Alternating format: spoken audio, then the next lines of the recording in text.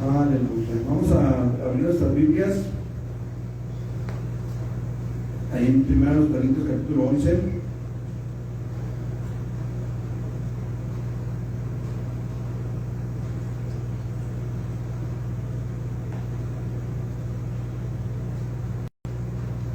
Primera a los Corintios capítulo 11.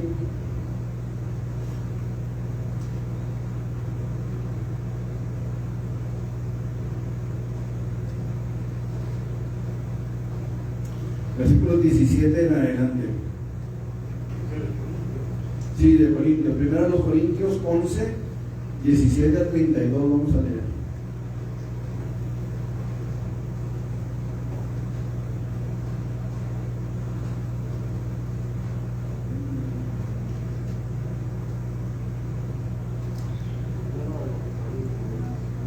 Sí, primero a los Corintios 11, 17 a 32.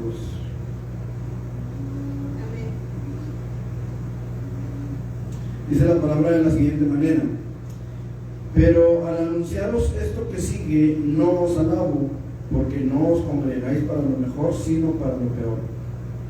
Pues en primer lugar, cuando os reunís como iglesia, oigo que hay entre vosotros divisiones, y en parte lo creo, porque es preciso que entre vosotros haya disensiones, para que se hagan manifiestos entre vosotros los que son aprobados. Cuando pues os reunís vosotros, esto no es comer la cena del Señor, porque al comer cada uno se adelanta a tomar su propia cena, y uno tiene hambre y otro se embriaga. ¿Por qué no tenéis, pues qué dice, no tenéis casas en que comáis y bebáis, o menospreciáis la iglesia de Dios y avergonzáis a los que no tienen nada? ¿Qué os diré? ¿Os alabaré? En esto no os alabo. Porque yo recibí del Señor lo que también os he enseñado, que el Señor Jesús, la noche que fue entregado, tomó pan, y habiendo dado gracias, lo partió y dijo: tomad, comed, esto es mi cuerpo que por vosotros es partido, haced esto en memoria de mí. Asimismo tomó también la copa después de haber cenado, diciendo: esta copa es el nuevo pacto en mi sangre, haced esto todas las veces que la bebiereis en memoria de mí.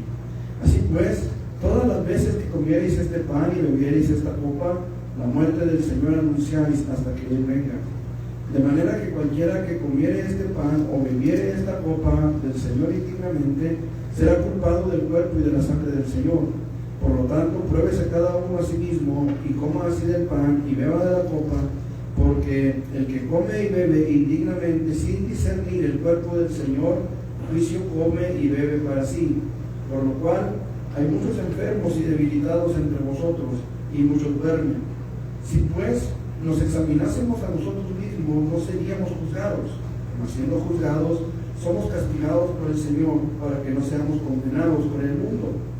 Así que, hermanos míos, cuando os reunís a comer, esperaos unos a otros. Si alguno tuviere hambre, coma en su casa, para que no os reunáis para juicio. Las demás cosas las pondré en orden cuando yo fuere. Eterno Dios y buen Padre, en el nombre de Jesús venimos delante de tu presencia. Señor, te damos gracias por tu misericordia, gracias por tu fidelidad, gracias por el amor que nos muestras cada día, Señor. Gracias porque podemos estar aquí hoy para alabar y glorificar tu nombre y para aprender un poco más de tu palabra. Señor, en el nombre de Jesús te ruego que esta palabra que será predicada y enseñada, Señor, en nuestras vidas sea de edificación para nosotros, y podamos crecer, Señor, en el conocimiento de tu gracia, Padre, en el nombre de Jesús. Amén. Amén. Dijimos la semana pasada, hermanos, comenzamos la semana pasada, antepasada, hablar un poquito acerca de la Santa Cena. La Santa Cena es parte de lo que conocemos como los sacramentos, ¿sí? Ese es el tema de esta lección, los sacramentos. Es una de las doctrinas fundamentales del cristianismo, por no decir de las asambleas de Dios, pero del cristianismo. Es una enseñanza fundamental, ¿sí? Ok, dijimos que es un sacramento. ¿Por qué? Porque es un mandato del Señor Jesús, es un mandamiento santo, ¿sí? ¿Qué más? Es una muestra pública de obediencia. Es una muestra pública de obediencia, pero eso no lo hace un sacramento. ¿Qué es lo que lo hace sacramento? Mandamiento. ¿Vale? Bueno, es un mandamiento de Jesús. Y dijimos que Jesús es Dios. Y al ser Dios, pues es un mandamiento santo. Por eso se llama sacramento, porque es un mandamiento que da Dios. ¿Qué más? ¿Qué otra cosa lo hace ser un sacramento? En este caso, los mismos sacramentos que la iglesia practica. Ya les digo la palabra clave, ¿eh? Que Jesús también lo practicó. ¿Sí? Por eso es que es un mandamiento santo, un sacramento, porque es algo que Dios ordena y al mismo tiempo Jesús lo practicó. Ok. Entonces dijimos que la definición de la Santa Cena, ¿cómo definimos nosotros la Cena del Señor? ¿Qué es para nosotros la Cena del Señor? La Cena del Señor consiste en la participación de especies eucarísticas, ¿sí? Que son el pan. ¿Qué simboliza el pan? El cuerpo de Cristo, que fue ¿qué? Que fue quebrantado por nosotros. Hablamos la semana pasada del pan de Pascua, ¿se acuerdan? Del pan sin levadura. ¿Cómo dijimos que era el pan? Aparte de que sin levadura, la forma física del pan tiene muchos agujeritos, como las galletas saladas esas que compramos en la tienda, ¿no? Tiene muchos agujeritos. ¿Qué representan esos agujeros?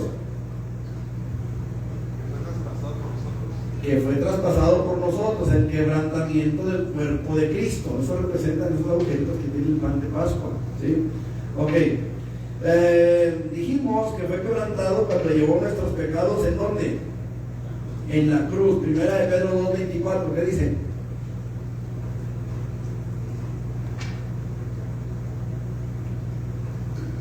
Pues para esto fuisteis llamados, porque también Cristo padeció por nosotros, dejándonos ejemplo para que sigáis sus pisadas.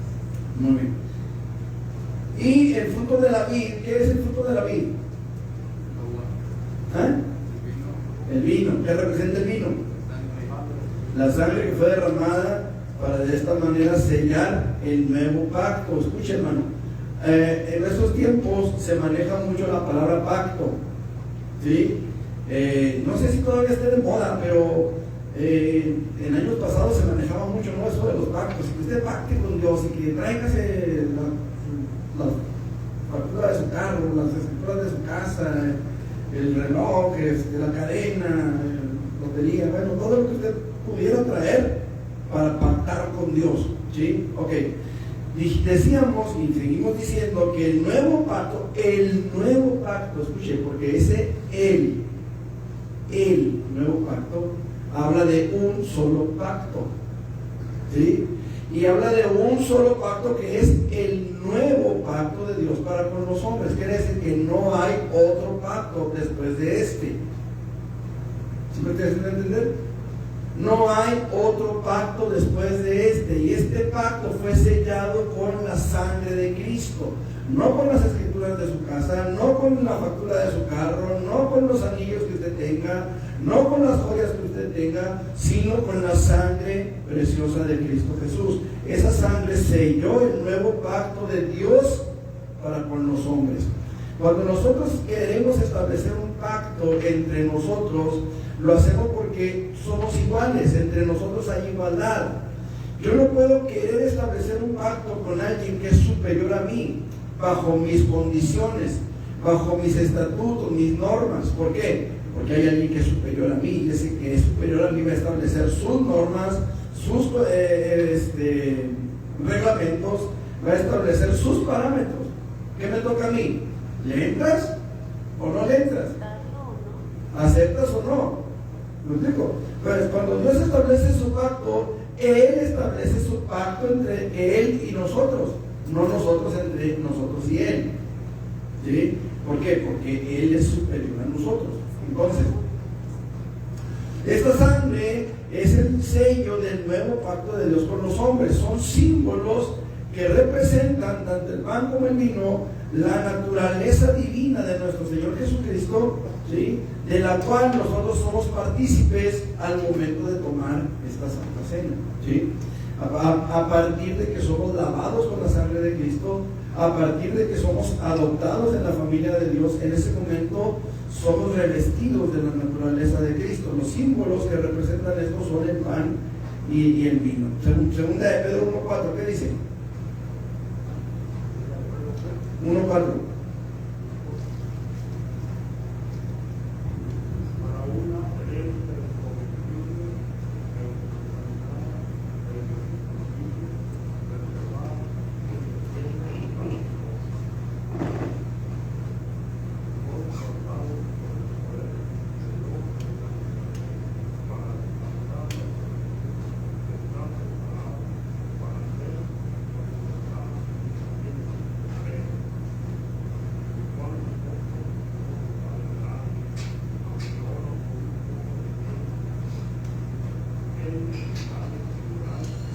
está mal, hermano.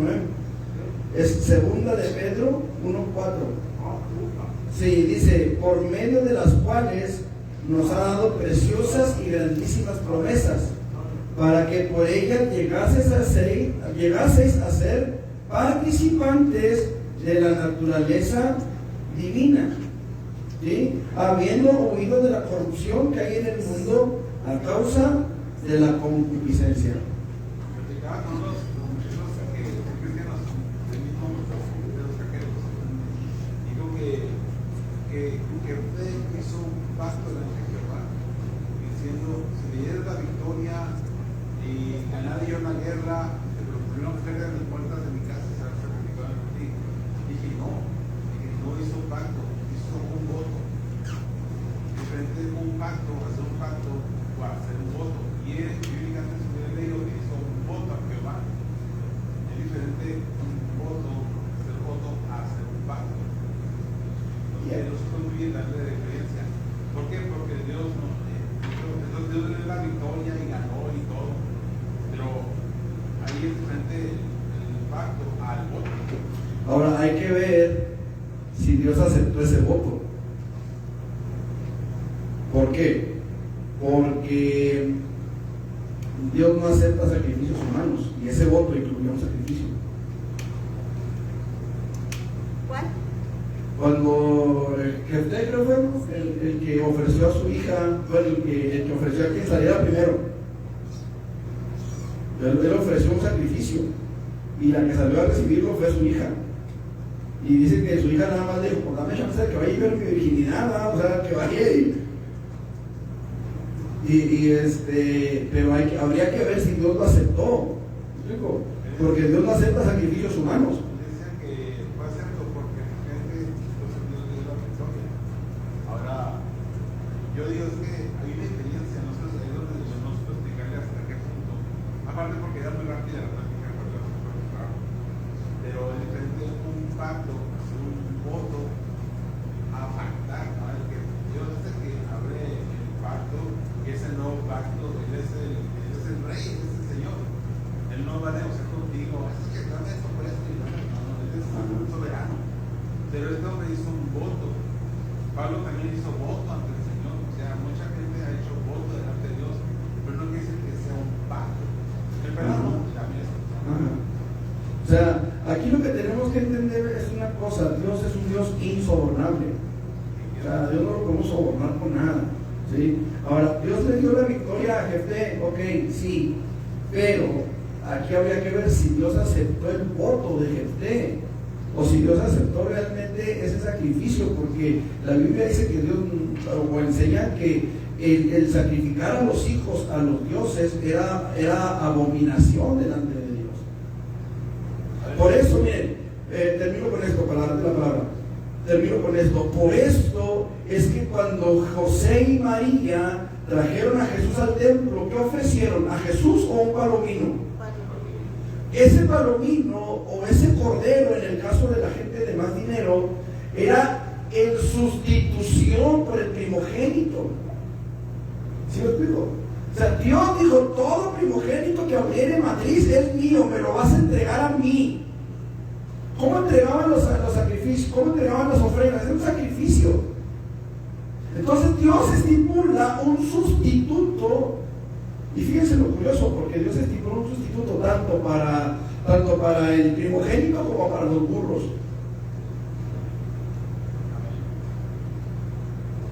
Eran los que tenían sustituto: los burros y los hijos, los asnos, los jumentos, los pollitos, como quiero decir, los montados, más otros lugares.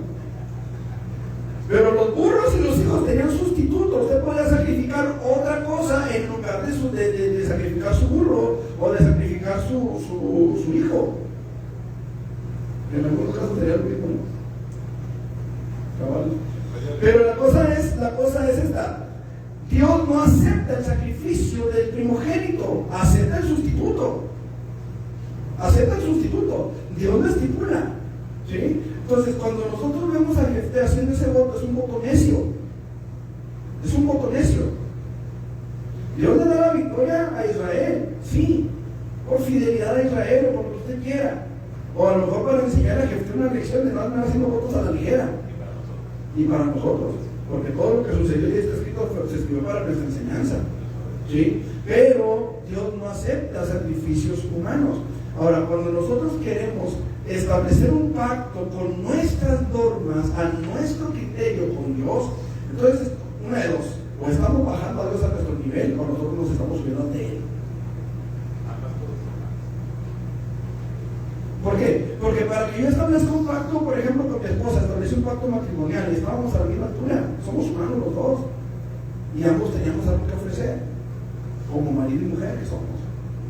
Es un pacto matrimonial.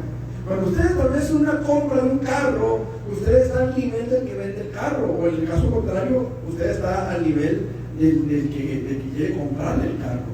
¿Me explico? Yo quiero tanto por mi carro, que no los tengo, te lo doy, hacemos trato, ese es el pacto y lo estamos cerrando entre los dos porque estamos al mismo nivel. ¿Me explico? Ahora, ahí cada quien establece sus normas, ¿no? A ver, yo te doy mi dinero, tú dame tu carro, bueno, yo te doy mi carro, tú dame tu dinero, estamos estableciendo los dos un pacto ahí. Cuando yo me presento con Dios y le digo, yo te hago esto para que tú me hagas esto otro, a ver, espérate, pues si para eso te creé, para eso te hice, no me mejores tus condiciones. O sea, ahora, ¿qué le podemos nosotros ofrecer a Dios que no sea suyo?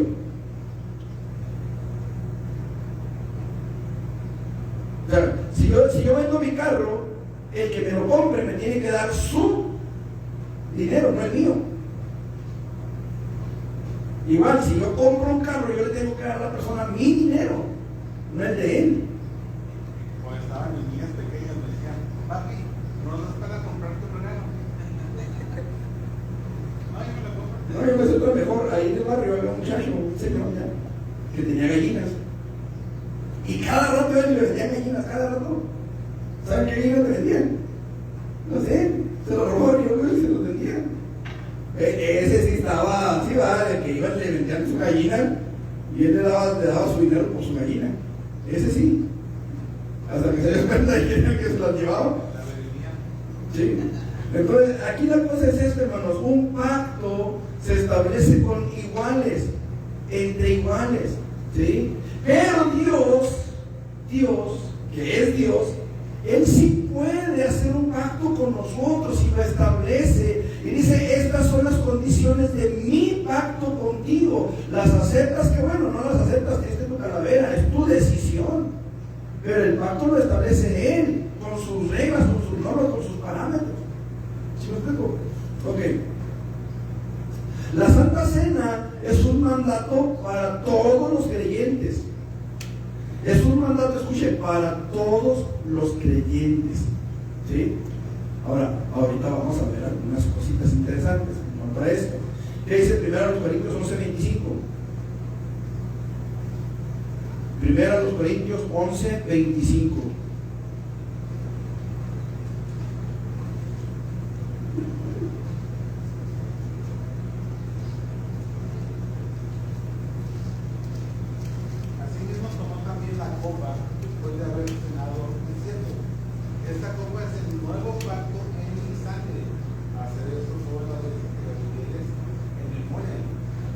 A ver qué dice Lucas 22:14. Por aquí debo tenerlo. Cuando era la hora, se sentó a la mesa y con él los apóstoles. Más adelante sigue. Les dijo: ¿cuánto he deseado comer con vosotros esta Pascua antes de que parezca? Porque os digo que no la comeré más hasta que se cumpla en el reino de Dios. Y habiendo tomado la copa de gracias, dijo: tomad esto y para repartir entre vosotros. Porque os digo que no beberé más del fruto de la vid hasta que en el reino de Dios venga. Y tomó el pan y dio gracias y lo partió y les dio, diciendo: eso es mi cuerpo que por vosotros es dado, haced esto en memoria de mí. De igual manera, después que hubo cenado, tomó la copa diciendo: esta copa es el nuevo pacto en mi sangre, que por vosotros se derrama, mas he aquí la mano del que me entrega está conmigo en la mesa. Ok, ¿quiénes tomaron del pan y quiénes tomaron del vino? Todos los apóstoles. Es una orden de Dios para todos los que creen. ¿sí? En este caso estaba solamente con sus apóstoles, pero si hubiera estado con los 120 o con los 500 a los que se les apareció, a todos les hubiera dado, porque es una orden para los creyentes, no es algo exclusivo de los apóstoles, ¿sí? El apóstol Pablo en Corintios está enseñando sobre la Santa Cena a los corintios, que no eran apóstoles, eran la iglesia y participaban de la Santa Cena. ¿Estamos? Entonces todos los apóstoles, toda la iglesia está ordenada a participar de la naturaleza divina. Toda la iglesia está ordenada a participar de los símbolos que representan esa naturaleza divina. ¿Estamos? O sea, es una orden de Dios para todos los creyentes. Un recordatorio también, hermanos, de sus sufrimientos y de su muerte. Lucas 1 Corintios 11:26. ¿Qué dice? La muerte del Señor anunciáis hasta que Él venga. ¿Sí dice eso? 11:26. Ok. También es un anuncio de su segunda venida. ¿Hasta cuándo la tenemos que participar? Hasta que Él venga. O sea, cada vez que nosotros participamos de la Santa Cena, recordamos sus sufrimientos y su muerte, ¿sí? Recordamos su segunda venida. Es algo, es un símbolo que nos habla, que nos anuncia que Él viene y que Él murió por nosotros. Claro, primero que Él murió, lo que Él viene. ¿Estamos? Ok, ¿qué es tomar la cena del Señor indignamente, hermanos?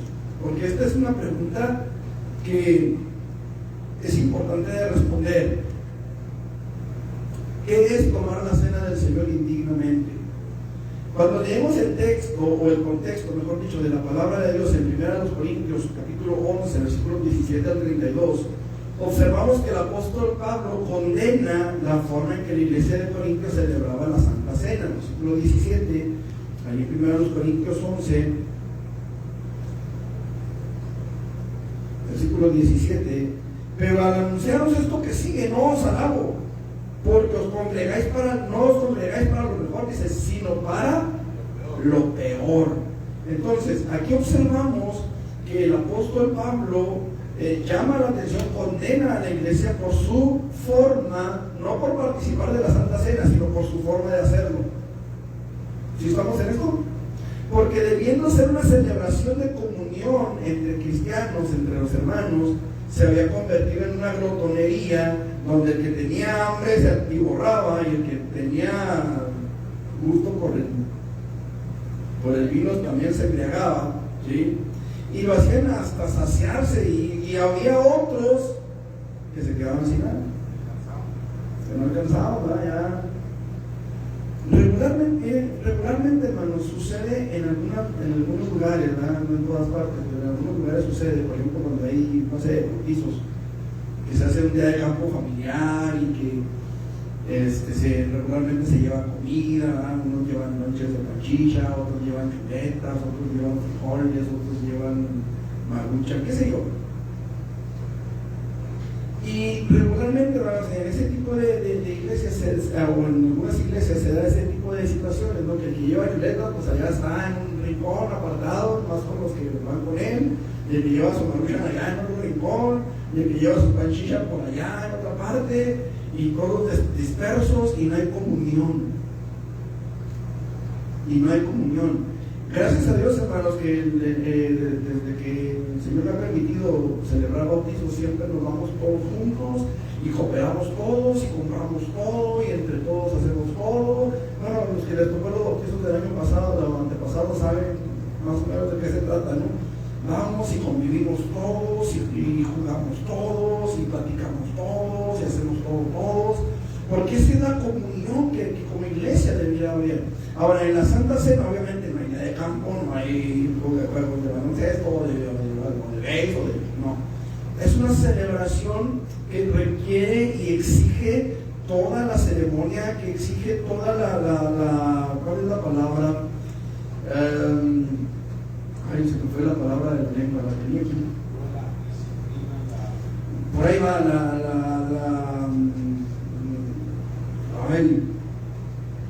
se me fue, pero toda la seriedad, sí saben a lo que me refiero, ¿no? Esa seriedad, ese respeto, esa reverencia, no encuentro la palabra que quiero usar, pero por ahí va, ¿sí? Es una ceremonia que debe ser solemne, solemnidad, ¿sí? No es lo mismo que cuando vamos al día de campo, ¿verdad? Pero es solemne, es algo muy solemne. Entonces, en estos casos, ¿qué solemnidad podía haber cuando aquel estaba atajándose una cosa y el otro de otra? O sea, no, y el otro pobre era en el rincón donde no podía acercarse a ninguno de los dos, porque aquel no tenía nada y aquel toda su comida era para él y el otro todo su vida era para él. Entonces, esto era, hermano, lo que Pablo estaba condenando, que los que tenían mucho dinero comían hasta saciarse, y por otro los pobres se quedaban hambrientos sin comer nada.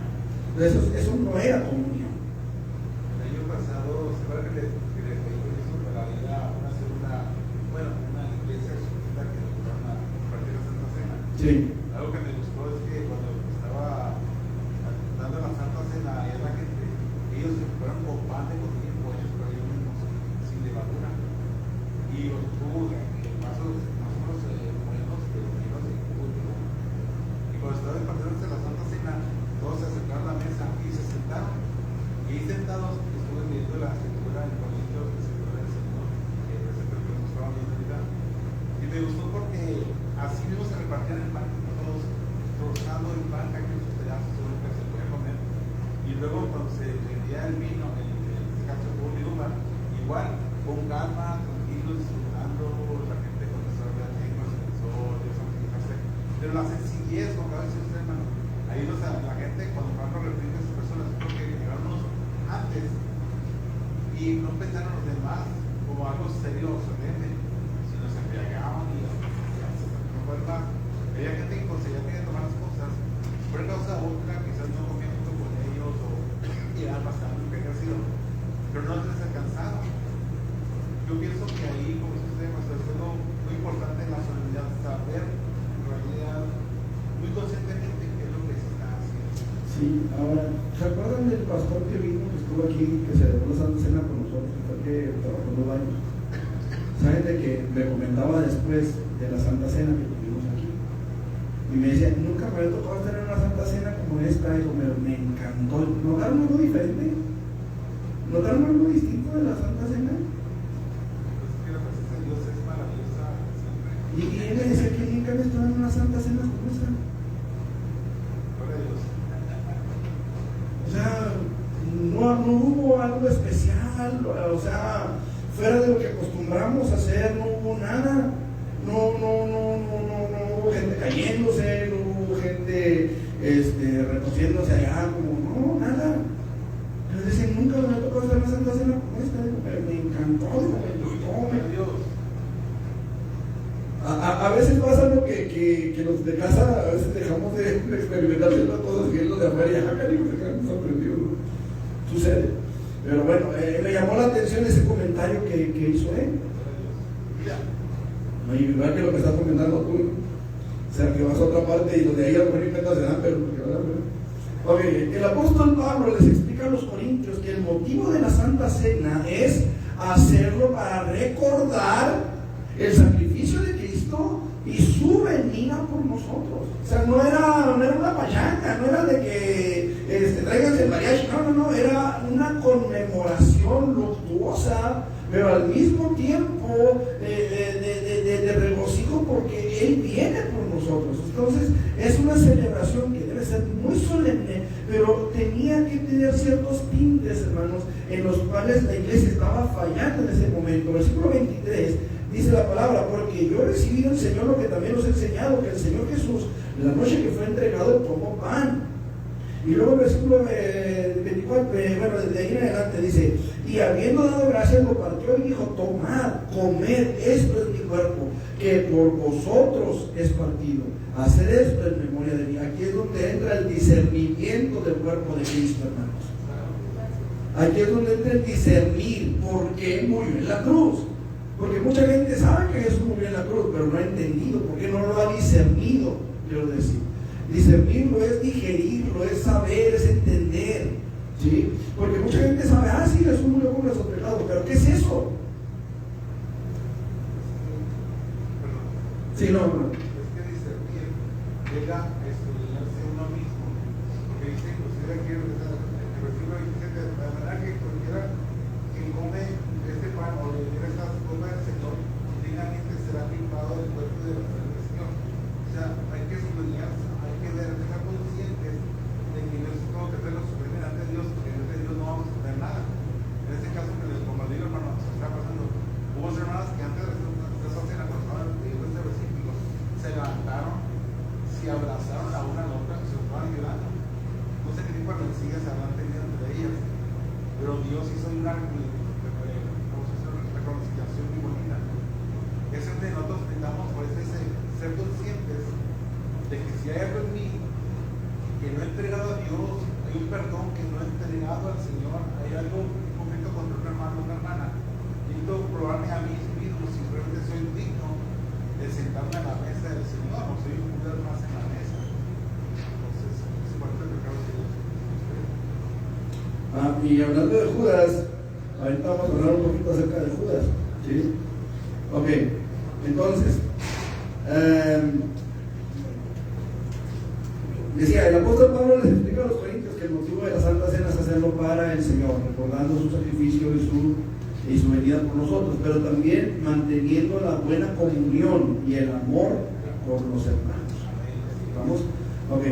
Por esta razón podemos entender que cuando hay motivos egoístas por delante, divisiones, contiendas, cualquier pecado oculto, orgullo, pleitos, necesitamos ponernos a cuentas. Necesitamos estar a cuenta. Lo mejor es que hagamos las paces con los hermanos, lo que decías ahorita, ¿sí? En otro caso, apartarnos del pecado y ponernos a cuentas con Dios, ¿sí? Por lo tanto, dice, pruébese cada uno a sí mismo y coma así del pan y beba la copa, porque el que come y bebe indignamente sin discernir el cuerpo del Señor, juicio come y bebe para el Señor. ¿Estamos?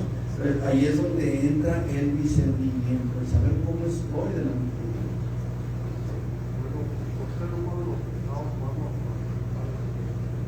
Porque es un mandamiento, hermano. Mire, fue la forma en la que Jesús estableció. Los que participaron de la Santa Cena, cuando Jesús da la orden, todos ya eran bautizados, ya todos eran discípulos. ¿Sí? Ahora, es un paso de obediencia igual que el bautismo. Si usted no está bautizado, usted no puede participar de la Santa Cena. ¿Por qué? Porque no ha dado ese paso de fe, no ha dado ese paso de obediencia. Necesita primero dar el uno y luego dar el otro. ¿Sí? Ok. Ahorita vamos a hablar un poquito sobre todo esto, ¿sí? Ok. ¿Se puede tomar la cena del Señor sin ser bautizado? Es lo que acaba de preguntar el hermano y es lo que está aquí. Era lo que precisamente ok. La Biblia nos enseña que el Señor Jesús, la noche de Pascua que instituyó la Santa Cena, invitó a tomarla solamente a 12. Solamente a sus discípulos. Lucas 22:44, ya lo leímos. Y ellos ya estaban en la comunión, ya estaban en la cercanía con Jesús, ¿sí? Entendemos que ya estaban bautizados. Aunque la Biblia no lo dice, entendemos que así es, ¿sí? Porque si Jesús se bautizó, también sus discípulos tuvieron que haberlo hecho, porque Jesús dijo, así conviene que cumplamos toda la justicia. Ejemplos se dan, etc. Ok. Entonces, por otra parte, muchos piensan que cualquiera puede tomar la Santa Cena. Si yo ya soy cristiano, yo ya soy hijo de Dios, ¿por qué? Bueno, argumentando que Judas también tomó la Santa Cena. Bueno, en esto se equivocan, hermanos. Porque como dijo el apóstol Pablo, 1 Corintios 10:23, todo me es lícito, pero no todo conviene. Todo me es lícito, pero no todo edifica. Decía ahorita, se puede, pero no se debe, ¿sí? Algunos piensan que Judas Iscariote no tomó la Santa Cena, hermanos. Algunos piensan que Judas Iscariote no tomó la Santa Cena, sino solamente un bocado de pan mojado en la salsa de hierbas amargas que era parte de la comida pascual. Pregunto, si en una fiesta de cumpleaños yo llego tarde y ya repartieron el pastel y nada más quedan las migajas ahí en la base del pastel y yo agarro de esas migajas y las pruebo, pregunto, ¿comí pastel sí o no? Sí, participaste. Pero eran las puras migajas.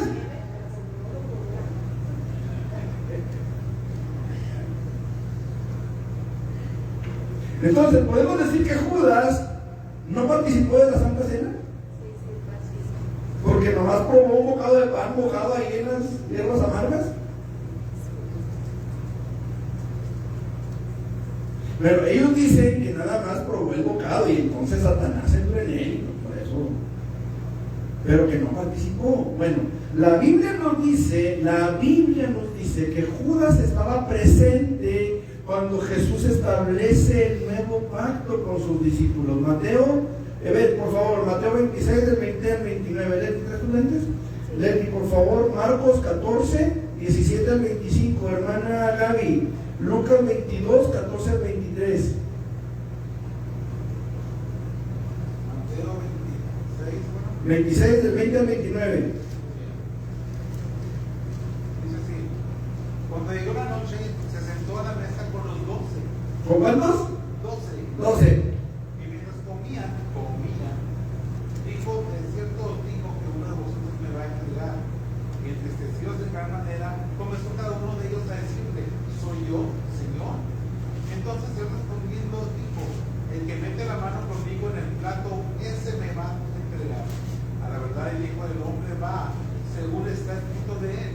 Mas ay de aquel hombre por quien el Hijo del Hombre es entregado. Bueno le fue a ese hombre no haber nacido. Entonces respondiendo Judas, el que le entregaba, dijo: ¿soy yo, maestro? Le dijo: tú lo has dicho. Al 29. Sí. Y mientras comían, tomó Jesús el pan y bendijo y lo partió y dio a sus discípulos y dijo: tomad, comed, este es mi cuerpo. Y tomando la copa, habiendo dado gracias, le dijo, diciendo: bebed de ella todos, porque esta es mi sangre del nuevo pacto, que por muchos es derramada para la remisión de los pecados. Y os digo que desde ahora no beberé más de este fruto de la vid, hasta aquel día en que lo beba nuevo con vosotros en el reino de mi Padre. Ok, ahí hay tres palabras claves que nos dicen que Judas estaba cuando se establece la Santa Cena. Número 1, con los 12. Número 2, mientras comían. Y número 3, el que mete su pan en mi plato.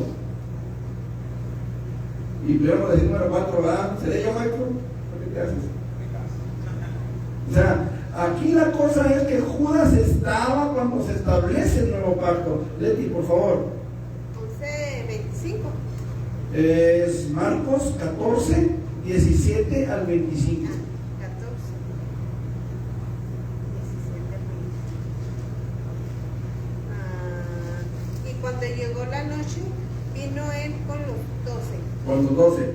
Y cuando se sentaron a la mesa, Mientras comían, dijo Jesús: de cierto os digo que uno de vosotros que come conmigo me va a entregar. Que come conmigo, o sea, hay comunión. Me va a entregar, ¿qué más? Entonces ellos comenzaron a entristecerse y a decirle uno por uno: ¿seré yo? Y el otro: ¿seré yo? Él respondió, les dijo: es uno de los 12 el que moja conmigo en el plato. Es uno de los 12 el que moja conmigo en el plato. A la verdad, el Hijo del Hombre va, según está escrito de él. Mas ay de aquel hombre que por quien el Hijo del Hombre es entregado. Bueno le fue a ese hombre no haber nacido. Y mientras comían, Jesús tomó pan y bendijo, y lo partió y les dio, diciendo: tomad, esto es mi cuerpo. Ok, pregunto: ¿a quiénes les dio? A los que estaban con él. ¿Cuántos estaban con él? 12. Dígale. Y tomando la copa y habiendo dado gracias, les dio y bebieron de ella todos. ¿Cuántos bebieron? Todos. Todos. Y les dijo: esto es mi sangre del nuevo pacto, que por muchos es derramada. De cierto os digo que no beberé más del fruto de la vid, hasta aquel día en que lo bebamos nuevo en el reino de Dios. Ok, léeme un versículo antes, o dos. De ahí mismo. Tomando la copa Sí. y habiendo dado gracias, les dio y bebieron de ella todos. ¿Y bebieron de ella? Todos. Para este momento Judas todavía no se iba. Para este momento Judas todavía no se iba. ¿Sí? Vamos a ver, hermana Gaby, 14 al 23.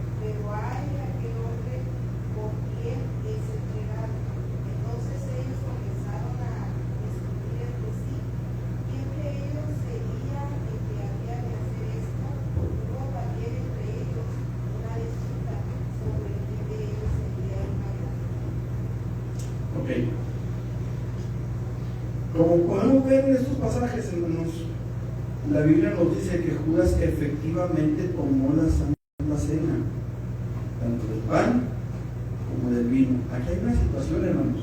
¿En qué momento entró Satanás en él? Cuando tomó el pan, el vino vino después. ¿Sí? Pero ya estaba Satanás en él. Y aún así participó. Qué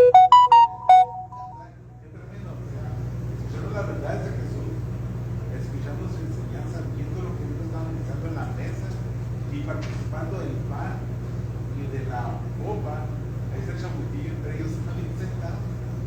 Sí, ahora aquí lo que vemos, hermanos, es que Jesús no se lo impidió. O sea, Jesús no se lo impidió.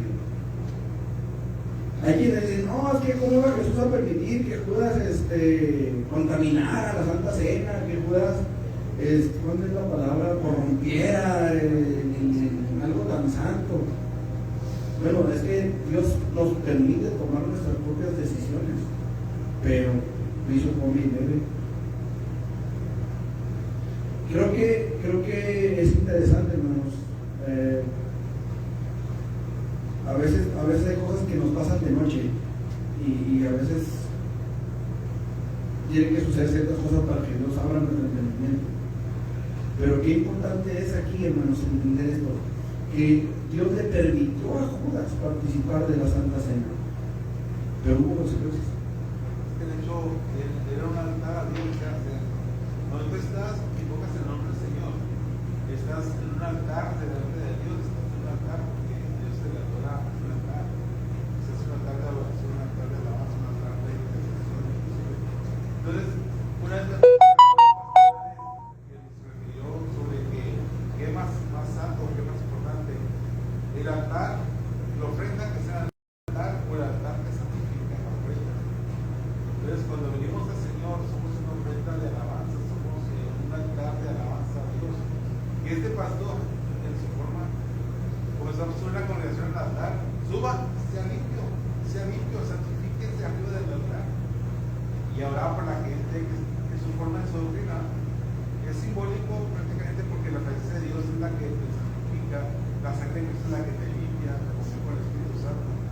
Pero aquí estamos viendo que este hombre, a cuanto era un hombre destinado, por así decirlo, a perecer, estaba compartiendo con Dios este momento tan tremendo que Jesús mismo dijo, cómo esperaba este momento de estar con ustedes, cómo ansiaba sentarme a la mesa con ustedes. Y Satanás mismo está ahí sentadito con todo Jesús. En cierta ocasión, unos unos hermanos me consultaron para preguntarme si el varón de la casa podía oficiar la Santa Cena en su familia, con su familia. Y yo les respondí que no se podía. Aunque los dos son bautizados, ¿verdad? Tanto él como ella, pero sus niños no. Entonces yo les dije, ni se les ocurra hacer algo semejante. Estarían haciendo exactamente lo que Saúl hizo cuando fue desechado por Dios. Primero de Samuel, capítulo 13, versículos 8 al 15. Vamos a la Biblia. Y dice que se esforzó. Y que se esforzó. Primero de Samuel 15, ¿les dije? No, 13, del 8 al 15.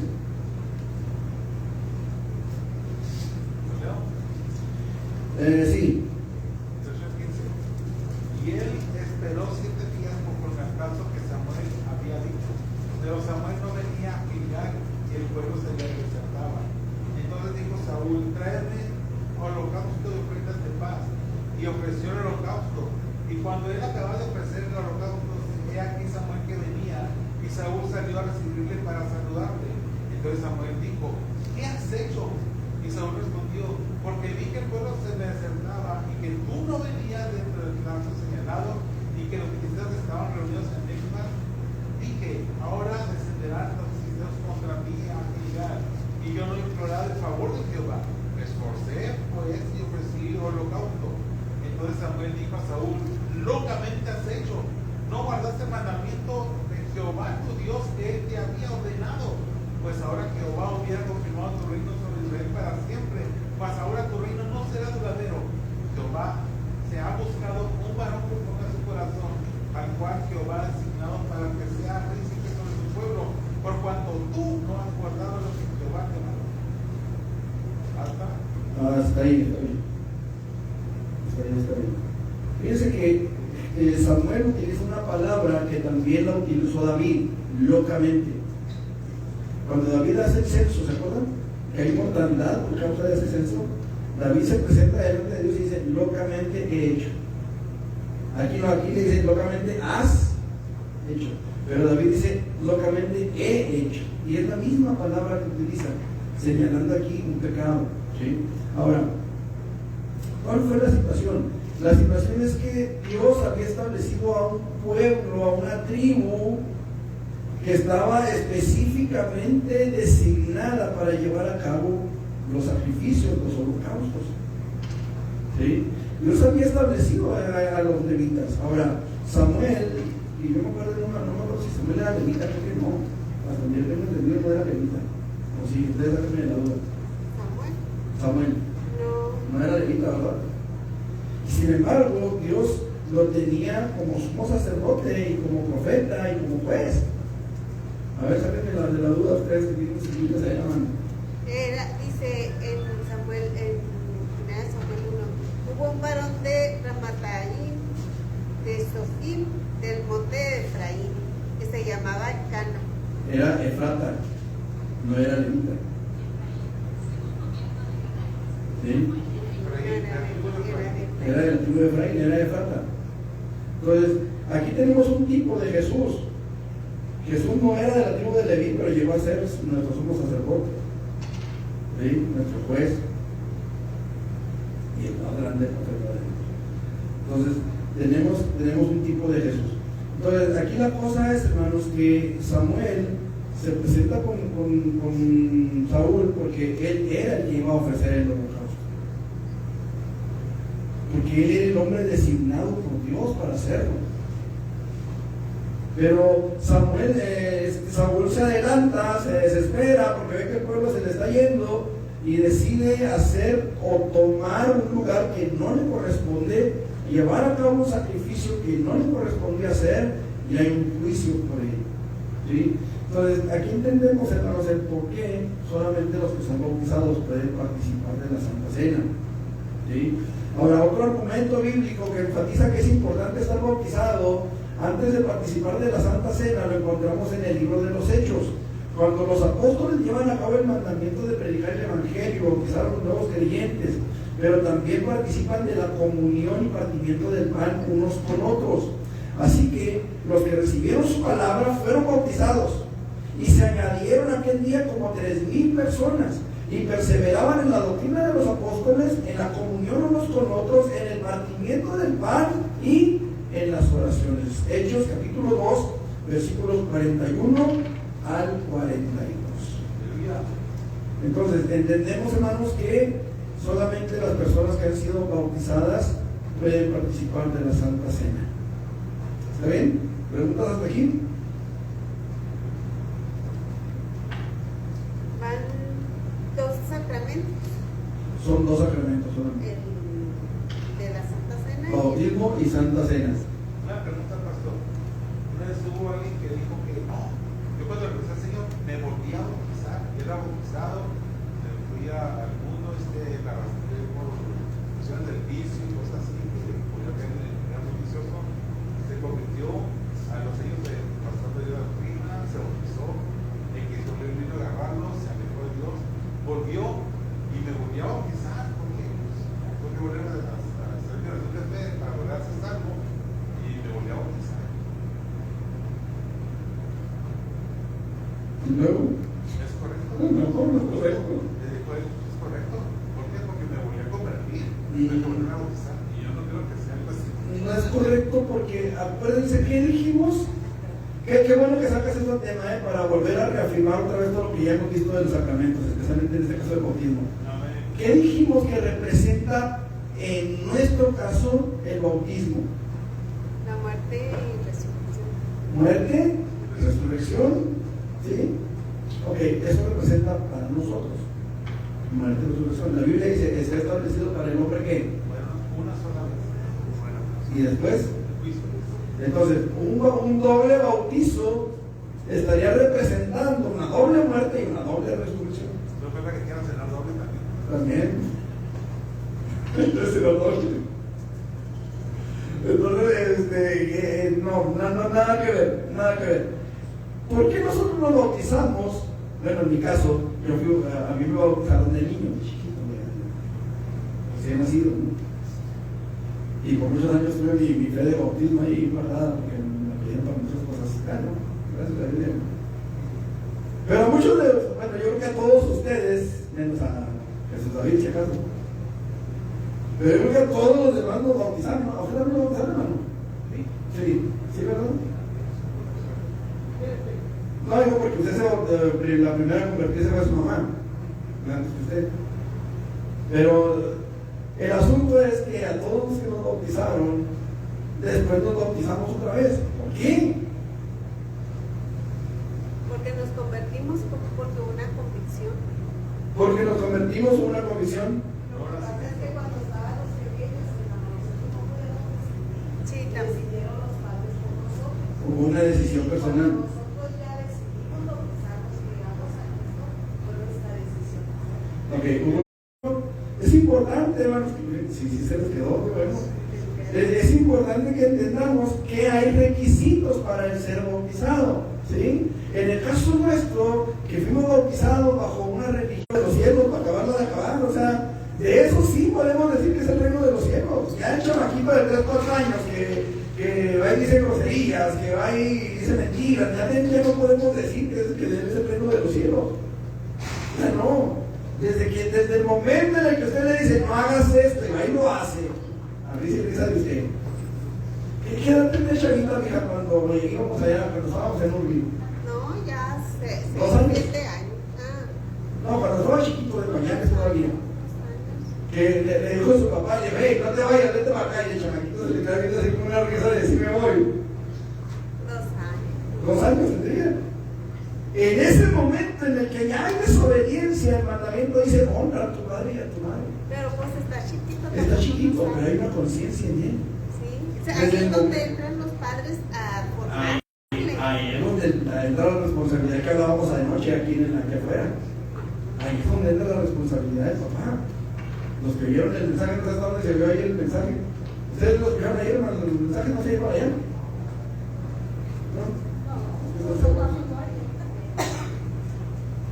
El caso es que ahí es donde entra la disciplina de los padres para con los hijos. ¿Sí? Donde tienes que enseñarlos, donde tienes que instruirlos en las escrituras. Pero a partir de que el niño ya tiene una conciencia. En cierta ocasión llegamos a la casa de mi mamá y yo le dije, Judith, hija, no vayas a agarrar los bonitos de tu mamá porque lo vas a quebrar, son de porcelana. Y quebró uno y salió corriendo y se metió debajo de la mesa, ¿te acuerdas? Que decía mi mamá, déjala, ella no sabe. Y le dije, si no sabe por qué se esconde. Y era de pañales. Y le hizo su estatillito en el pañal y mi mamá ya se me andaba dando el... Y yo, como cuando estábamos los chiquitos, los hijos daban, el asunto es aquí, hermanos, que ya hay una conciencia. Y el problema es que en este mundo, hermanos, cada vez más pequeños los niños están entrando en conciencia porque el mundo los está haciendo entrar en conciencia. Desde cada vez más pequeños. En fin. Bueno, entonces, por eso es que el bautismo, hermanos, es entrar en esas tres cosas: el entendimiento, la fe y la decisión personal. Hay mucha gente que ya sabe, que ya entiende, pero que no quiere bautizarse. Entonces, esas personas necesitan bautizar, no pueden participar de la Santa Cena. ¿Sí? ¿Por qué? Porque no quieren. Ahora, aquí la pregunta es: ¿por qué no quieren? Porque no hay convicción, porque no hay fe, no sabemos. Esto es algo muy personal entre ellos y Dios. Pero el mandamiento es bautícese. ¿Sí? Ok, preguntas, comentarios. Si no, para prepararnos para el culto, hermanos. ¿No? ¿Todo claro? ¿Se quedan de 6? Bueno, si no se quedan de 6 y todo claro, la próxima semana continuamos con nuestro siguiente tema. Ya terminamos los sacramentos. Ahí vamos avanzando, hermanos. Son 16 doctrinas fundamentales. Ahí vamos a prepararnos para el culto.